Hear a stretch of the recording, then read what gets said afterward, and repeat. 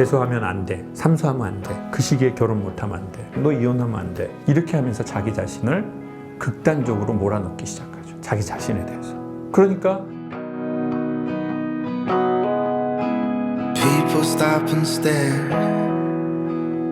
강연 그 갱년기가 온 것 같습니다. 좀 강의 일찍 시작했습니다. 대한민국은 뭐든 일찍 하려고 그러는 것 같아요. 그렇지 않습니까?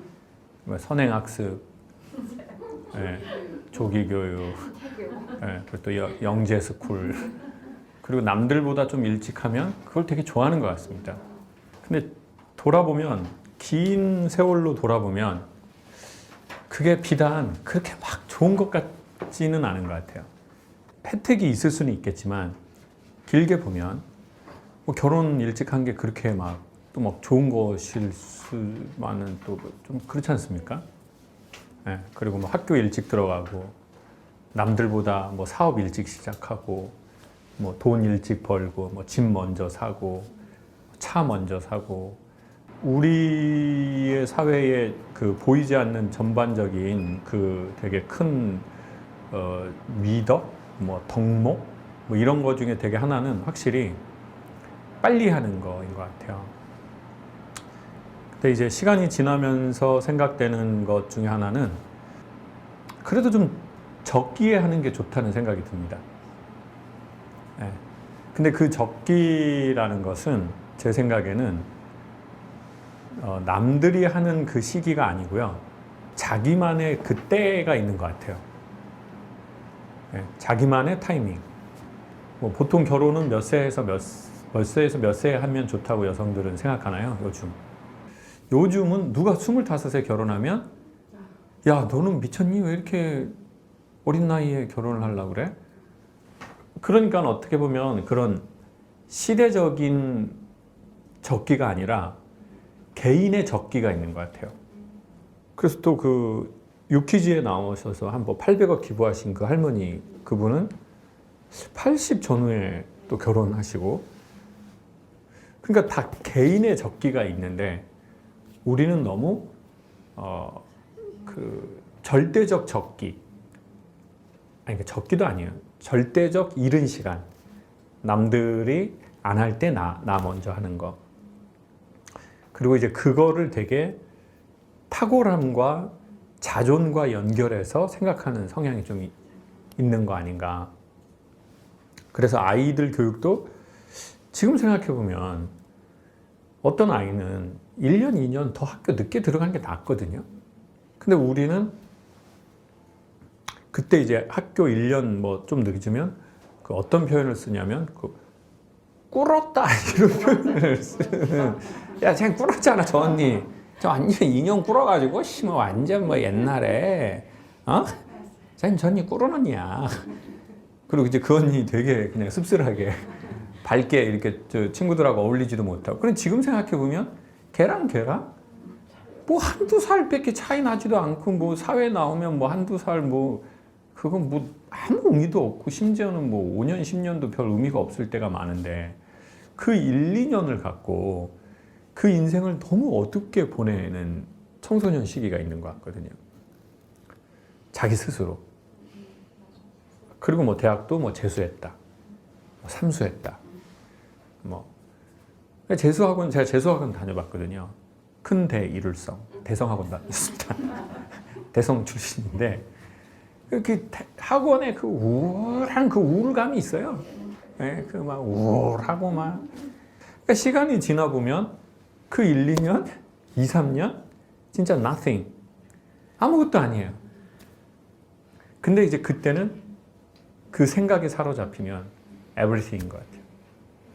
그러니까 뭐 완전 자기 인생의 그 패배자 된 그 느낌으로 살고, 그리고는 이제 그 사람이 또 부모가 되면 자기 자식을 또 그렇게 생각하는 게 생기는 것 같아요. 그래서 많은 부모들이 자식한테 이런 말을 해요. 내가 너한테 우둥나라고 한 게 아니야. 그냥 남들이 할 때 해라. 남들이 학교 갈 때 가고, 남들이 밥 먹을 때 밥 먹고, 남들이, 그러니까 그런 너무 답답한 느낌이요. 제가 그 제주도에서 코로나가 이제 와가지고 강의가 없어지고 그래서 내가 좋아하는 일을 하면서 돈을 뭐 벌 수 있는 정직한 뭐 이런 게 뭐가 있을까 그러다가 내가 자연을 좋아하니까 농산물 공동 구매 같은 걸 한번 해볼까. 그래서 이제 농산물 공동 구매를 한 지 한 7, 8개월 된 것 같아요. 근데 이제 그 농산물들을 하면서요. 근데 제가 한 6개월, 7개월 하면서 여러 가지를 배우거든요. 이제 식재료에 관심이 생기는 거예요. 특별히 이제 근데 지금은 주로 과일 같은 거를 해요. 달고 맛있는 거, 뭐 이런 거. 그 농부들을 계속 수십 명을 만나죠. 뭐 사과, 배, 밤. 근데 정말 현장에서 배우는 게 뭐냐면 모든 과일은 그 맛있는 그 때가 있거든요. 그래서 흔히 말해서 이건 약간 업계의 비밀인데요. 예를 들면 사과하고 그 배 같은 게 있잖아요. 얘네들이 보통 비싸요. 한국 사람들은 70%가요. 비싼 과일은 안 사 먹어요. 그러면 비싼 과일은 어떻게 먹나? 70%는 대부분 선물을 하거나 두 번째는 제수용으로만 사요. 이게 대한민국에 아주 만연해 있는 현실적인 재미있는 상황이에요. 제사 지낼 용도, 즉 추석하고 구정 때 이때 사거나 아니면 선물, 그리고 뇌물. 선물과 뇌물로 비싼 과일은 산다고 농가가 얘기해줘요. 그러면 농부의 과수 입장이나 유통하는 사람 입장에서는 언제 팔아야 되냐면 철에 맞춰서 팔아야 돼요. 즉 제사 지내는 철, 추석 이때 맞춰야 되는 거예요. 근데 여기에서 인생의 어긋남이 나오는데 뭐냐면 사과나 배가 정말 맛있게 익는 때는 추석 때가 아니에요. 그러니까 자연의 때가 있어요. 그러니까 마치 배나무와 사과나무와 자연의 관계, 전 이것이 자기의 때라고 생각하거든요. 이게 적기예요. 개인의 적기. 그러니까 삶의 큰 원리와 개인, 내가 사과나무인지 배나무인지 밤나무인지, 왜냐하면 저는 같은 여성이라고 해도 다 다른 밤이라고 생각하거든요. 같은 남자라고 해도 저 사람은 밤나무가 될 수 있고 난 감나무가 될 수 있어요. 근데 그거를 과수나무로 생각한다면 사과하고 배는 추석의 맛이 아직 들지 않은 때예요. 자, 그러면 어떤 현상이 벌어지냐? 유통업자 입장에선 다 그런 건 아니에요. 모든 유통업자가 다 그렇지 않고 모든 농가가 그러지 않아요. 그런데 이런 유혹을 충분히 받을 수 있어요. 왜요? 한국 사람의 특성이 비싼 과일을 제수용으로 사거나 그리고 선물도 추석에 많이 한단 말이에요. 그러니까 우리는 그때 무슨 목이라고 해요? 대목이죠. 그때가 최대의 타이밍인 거예요. 제사도 지내죠. 또 추석에 내려갈 때 또 뭐 사과 사서 뭐 알 굵은 거 막 애기들 대가리만한 거 그거 막 6과짜리 6개짜리 5과 5개짜리 예? 시골집에 갈 때 가져가잖아요. 그리고 또 제수용으로 올리잖아요. 그러니까 이때에 가격이 나가는 사과 배가 제일 많이 나와요. 팔리는 때예요. 근데 자연의 이치는 대부분 그때 사과와 배가 맛이 들 때가 아니에요. 가장 좋게. 좀 일러요. 한국의 추석이. 좀 더 한 달 전후가 있어야 돼요. 심지어 한 달 반. 그리고 더 재미난 건 뭐냐면 전 최근에 알았는데요. 진짜 이거만 농산물 지식만 대량 방출인데요. 지금. 대부분의 당도가 있는 애들은요. 후숙을 해야 맛있어요. 저는 후숙이라는 단어도 들어본 적이 없어요. 그냥 나무에서 따면 사과가 제일 맛있는 줄 알았거든요. 그렇지 않아요. 그냥 떨어진 밤이 제일 싱싱해서 맛있다고 생각했는데 그렇지 않아요. 후숙을 해야 돼요. 어떤 거는 3일, 5일, 일주일, 심지어 15일 전후를 해야 맛이 가장 오르는 것도 있어요. 그러니까 제가 보기에 철도 안 맞죠. 인간은 후숙도 돼야 돼요. 근데 대목인 거예요. 어떤 대목이요? 대학 가야 될 땐 거죠. 결혼해야 될 땐 거예요. 야, 남들 사업하는데 너 네 나이에 뭐하니? 응? 그리고 심지어 부모는 이런 말이에요. 내가 네 나이 때는 그냥 달빛에 공부하고 막 뭐를 씹어 먹어요? 돌을 씹어. 니들은 근데 그냥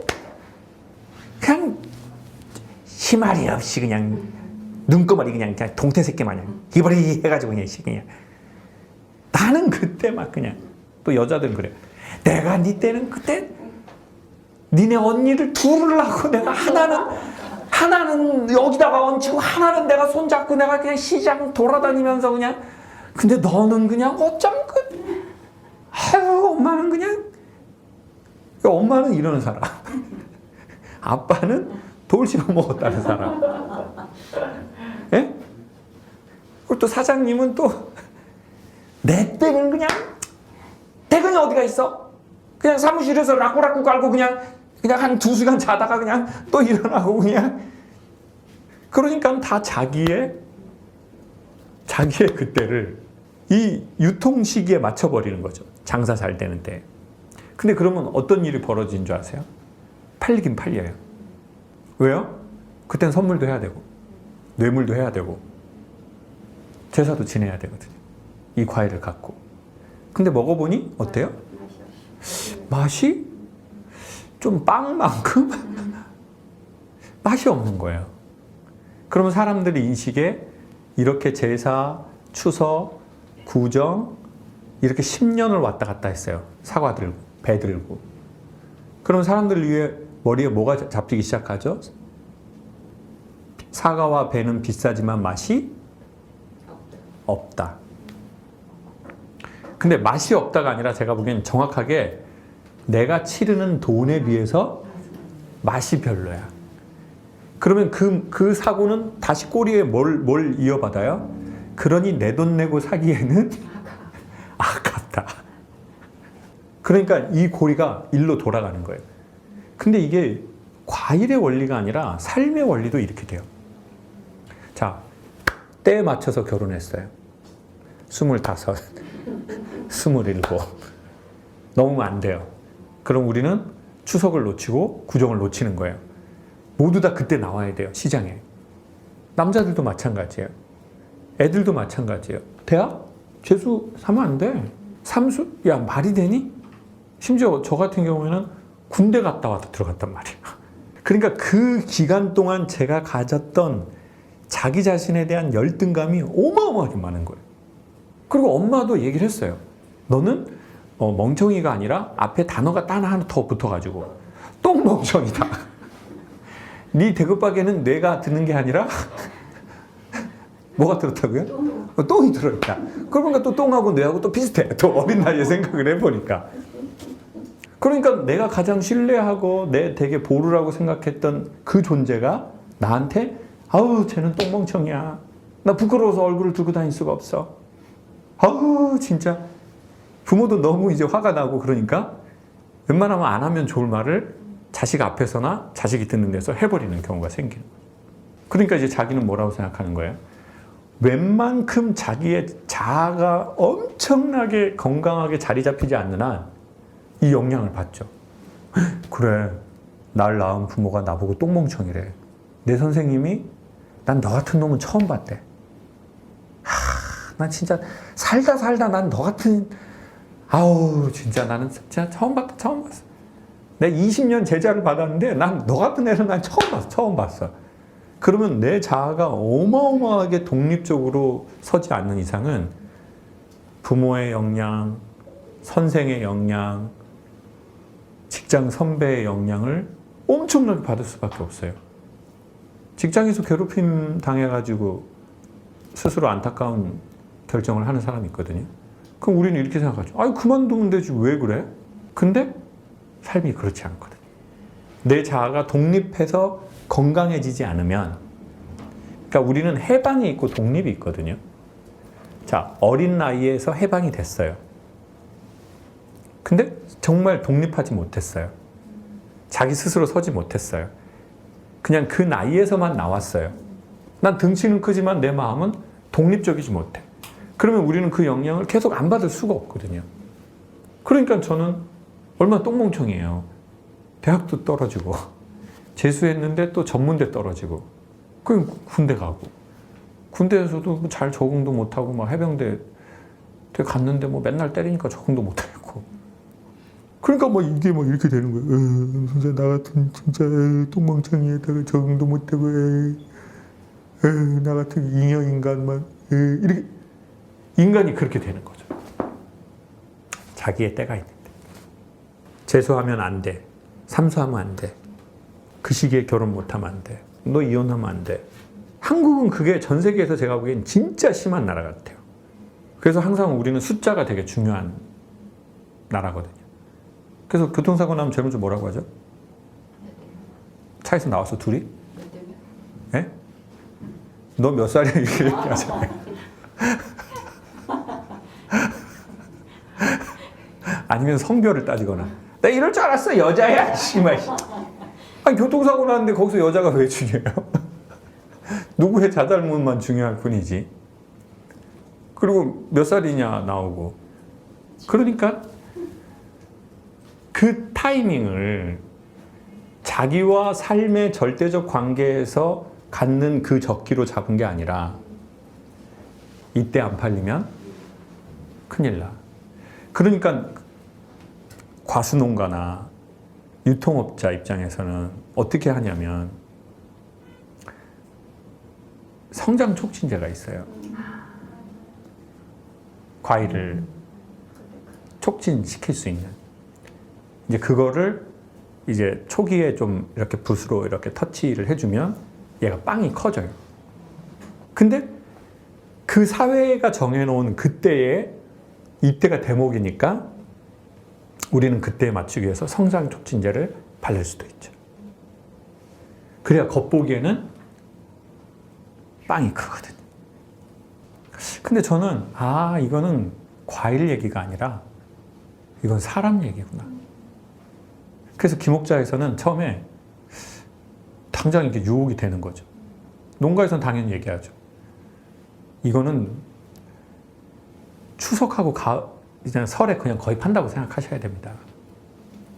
그때 엄청 나갑니다. 한국 사람들 비싸고 좋은 과일 자기가 자기 돈 내서 자기를 위해서 사 먹는 사람 30% 전후도 안 됩니다. 선물입니다. 뇌물입니다. 제사상에 올립니다. 그러니까 이때 파실 겁니까? 어떻게 하실 겁니까? 근데 이제 그 얘기를 듣고 보니까 그렇게 하면 안 될 것 같은 거예요. 그러면 제가 이제 김창옥의 자연스러운이라고 김옥자라는 이름으로 이제 상호를 정했거든요. 김창옥의 자연스러운인데 그 상호가 자연스러운인데 거기다가 성장 촉진제를 바른 거를 해가지고 이거 하면 좀 이상하지 않나? 그리고 좀 안 팔리더라도 사과는 정말 맛있는 과일이에요. 배가 정말 맛있어요. 이걸 사람들 머리에 시간이 오래 걸리더라도 인식하게 해야 그 30%, 그게 40%가 되고 50%가 되고 60%가 될 거 아닌가? 근데 이건 농산물 판매에 대한 이야기만이 아니라 삶에 대한 그런 이야기 아닌가? 자식 교육에 대한 자식의 타이밍. 우리 애는 왜 이렇게 남들 하라는데 이걸 못하죠? 난 진짜 너무너무 스트레스야. 내가 우등나게 잘하라고 한 게 아닌데. 그래서 엄마는 그 말로 애들한테 너무 스트레스를 주거든요. 야, 너는 왜 이렇게 그걸 못 맞추니? 내가 너한테 잘하라고 그랬니? 그냥 네 친구들이 할 때 그냥 묻어서 해. 그리고 그 얘기를 많이 들은 아이는요, 나중에 자기의 마음이 건강하지 않으면 자기가 자기를 그렇게 다그쳐요. 자기가 자기한테 그러죠. 너는 왜 그러니? 너는 왜 남들이 다 하는 거를 못 맞추니? 네가 걔네들보다 뭐가 못했어? 너 걔네들보다 공부도 잘했고 걔네들보다 너 퍼포먼스도 잘 내고 이미지도 좋고 인정도 받았잖아. 근데 걔네들이 일반적인 거 할 때 너는 왜 그걸 못하냐고. 이렇게 하면서 자기 자신을 극단적으로 몰아넣기 시작하죠. 그러면 여유가 없어져요. 자기 자신에 대해서. 그러면 남한테 되게 관용적인 것 같지만 절대 그럴 수 없거든요. 그러니까 이거는 되게 중요한 문제죠. 그래서 저는 오늘 이 강연을 특강으로 드리고 싶었는데 자기의 때가 있다. 근데 어쩌면 우리는 우리의 어떤 각양의 욕심으로 대목을 맞추려고 하는 게 있는 거죠. 그러니까 내가 자연스럽게 맛이 드는 그때가 아닌데 그때에 맞추려고 어떻게 해요? 성장 촉진제를 바른 거죠. 그냥 저는 저의 시기를 좀 살았으면 좋겠고 같이 클래스에서 만난 여러분도 그럼 난 어떻게 살아왔지? 나는 또 어떻게 살고 싶지 앞으로? 그걸 생각하는 게 이 클래스의 중요한 목적이라고 생각합니다.